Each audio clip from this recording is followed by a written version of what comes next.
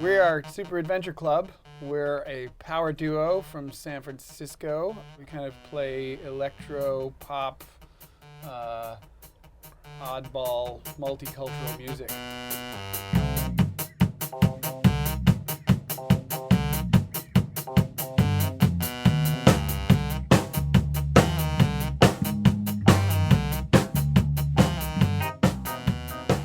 Jake here plays drums and keyboards and sings all at once.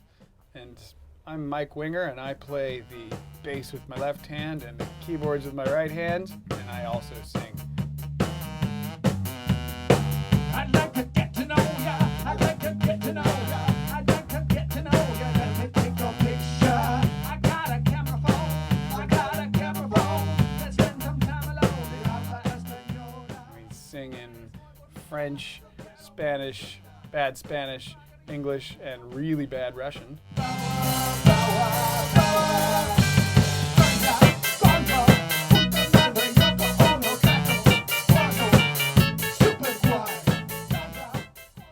I get it?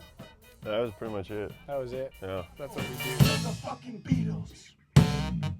So the band origin, it comes from two interesting personalities within the music business. I come from a session drummer background, and Mike comes from the producer background.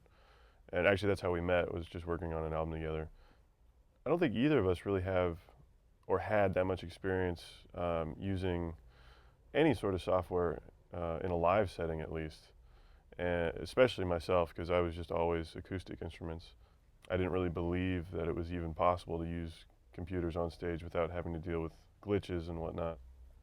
We get together and expecting to make up a two-man band, just doing loops and playing drums and bass, and having pads going and whatnot. And probably within the first day of attempting that, I think we kind of realized that we could actually skip the whole looping thing and just do one-handed instrument stuff.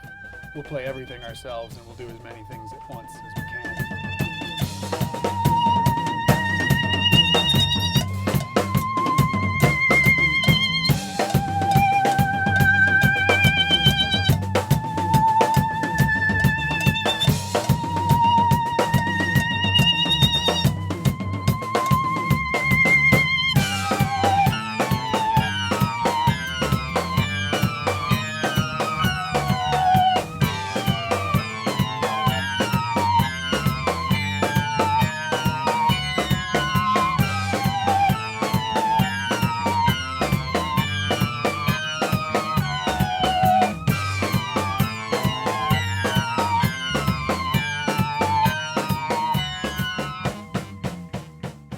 I think we started the band using Ableton, and the sounds that we were getting were cool, but they felt a little limited at the time. And when we discovered Rewire, the ability to use Rewire through Ableton and get that going into, with those computers back then, with those G4 PowerBooks, which were good computers at the time, but they were definitely like, they would start to choke when you'd use too many instruments on Ableton. And when we started rewiring Reason, we were able to get a lot more sounds out of it. Really kind of like a savior in the live performance realm, that it was like, whoa, this thing, there's no latency. It actually sounds like, hey, I'm pressing a key, and it makes noise when it's supposed to. Awesome.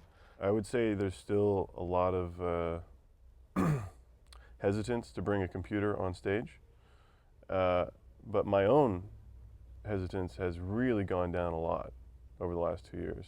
In fact, I think probably my main hesitation now is just, I don't like bringing my computer on the stage, just because it's my computer and I don't want to lose it or have beer spilled on it. But in terms of it, being a functional, reliable instrument, it's pretty much there at this point, because we're using the computer just like a guitar. We play every single instrument that that you hear on stage, and actually that's also how we record. We don't really do a lot of overdubbing except for vocals. Sometimes that works, and it's definitely a lot of risk taking, which is also part of the fun of all of it. My favorite parts about Reason are, one, actually the the mixer. Just the visual element of it, and the fact that, you know, all you got to do is just scroll up and you just see it right there at the top.